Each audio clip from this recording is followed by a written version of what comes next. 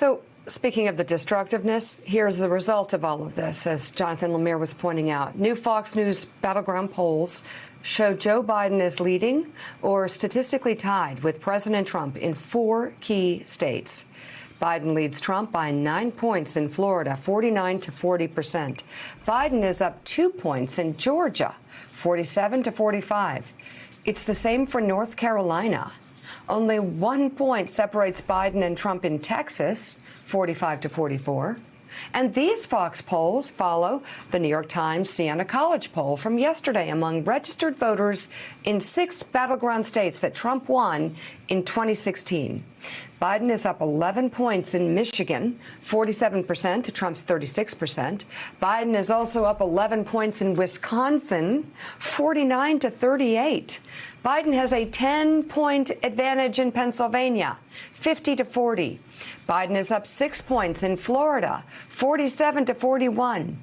Biden's leads by 7 points in Arizona, 48 to 41. And the former vice president is up 9 points in North Carolina, 49 to 40%. So here we go, Gene Robinson. Let's go through these from the Fox News polls that we talked about yesterday. Biden up 11 in Michigan, 11 Wisconsin, 10 in Pennsylvania, and 2... New York Times. This New York Times, I'm sorry, Siena poll, and 7 points in Arizona. Fox News poll has Donald Trump down 9 points right now in Florida, and him losing Georgia, North Carolina, and Texas. It's almost as if every warning we've given to the Republican Party since 2016...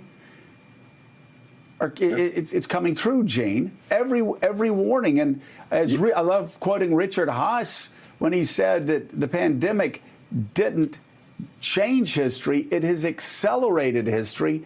And states like Georgia, Texas, and Arizona really shouldn't have been competitive until 2024, even at this stage of the campaign. Donald Trump and this pandemic have made Georgia, Texas, and Arizona, well, I would say toss-up states. Arizona's not a toss-up state right now. Right now, that leans blue. But Georgia and Texas, we've had polls out of those 2 Republican states for the last month and a half that show it deadlocked. Yeah. I thought it would be 2 more presidential year elections before Texas became a purple state, a genuinely purple state. Donald Trump has you're right. He is so accelerated history that these polls show Texas up for grabs, which is absolutely astounding. Who can I guess that's a political accomplishment, but it's of the self-immolation variety. It's just incredible, and he will not stop. You're right. He cannot. He either cannot or will not help himself. Jonathan mentioned the enthusiasm theory of the Trump campaign to drive up the enthusiasm of his base and try to get them out. But the more predictive figure is fear, really, and the polls indicate that more people are fearing another Donald Trump presidency than fear a Joe Biden presidency. And that is a real motivating factor. It was the opposite 4 years ago. The fear numbers, fear the Hillary Clinton presidency, that was higher than the Donald Trump fear factor. He was an unknown. People were willing to take a gamble on this businessman who was so successful. But now that's completely reversed, and that's a very, very bad sign in these polls for Trump.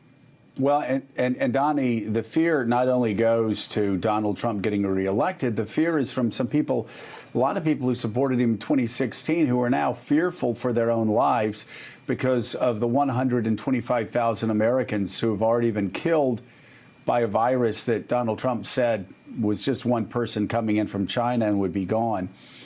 But now they look at scenes. If you're a senior in Arizona and you look at scenes from that Arizona rally for Trump where young people are jammed into this auditorium, screaming and yelling and pushing the president to make racist statements, and very few of them are wearing masks. And you're a senior in Arizona, you understand that if everything we've heard about this pandemic is true, or most of it is true, that this is a super spreader event that will make Arizona sicker, will make communities and hospitals, their facilities more jammed, and will literally threaten the lives of senior citizens. Now, that's not political speculation.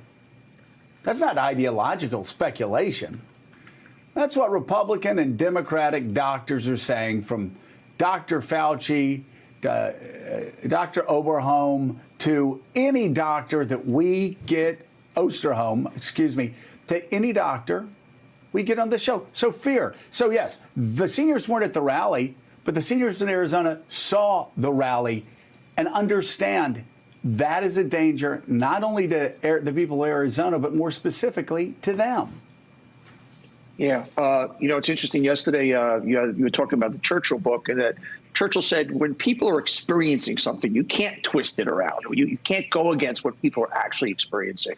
So that is strongly why he's got a 50% strong disapproval rating versus Biden only has a 27% strong disapproval rating, picking up Gene's point. Joe, I just want to go back to where you started the show, where your thesis that this guy is doing every single thing to lose. And you go, is there a chance he wants to? Let me just tune up a Trump thing. The one thing he's never been able to do with the presidency if he wants is monetize it.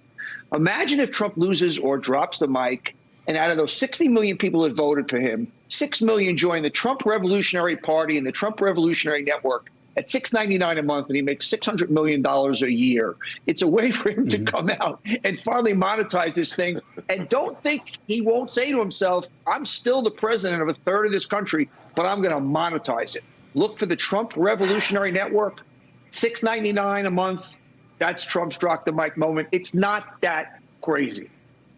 No, and I know you're laughing about it, but he's been thinking about how to monetize this from the beginning. He didn't expect to win. He was shocked that he won. And you're exactly right. If he can have a hardcore 35% of Americans believing his conspiracy theories, following him over the cliff as they have, even people with children who are sick following him over the cliff.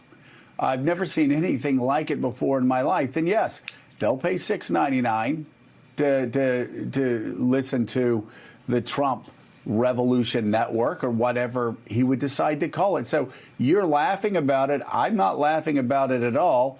I think he's looking at a loss, and he'd rather go out because he'd think he's more marketable. He'd rather go out doing what, again, LBJ did, and decide he's not going to run for re-election. And LBJ, when you talk about LBJ in campaigns, you only talk about his 64 landslide. Nobody talks about him getting out of the race in 68. So I'm telling you, Donnie, you're joking about it.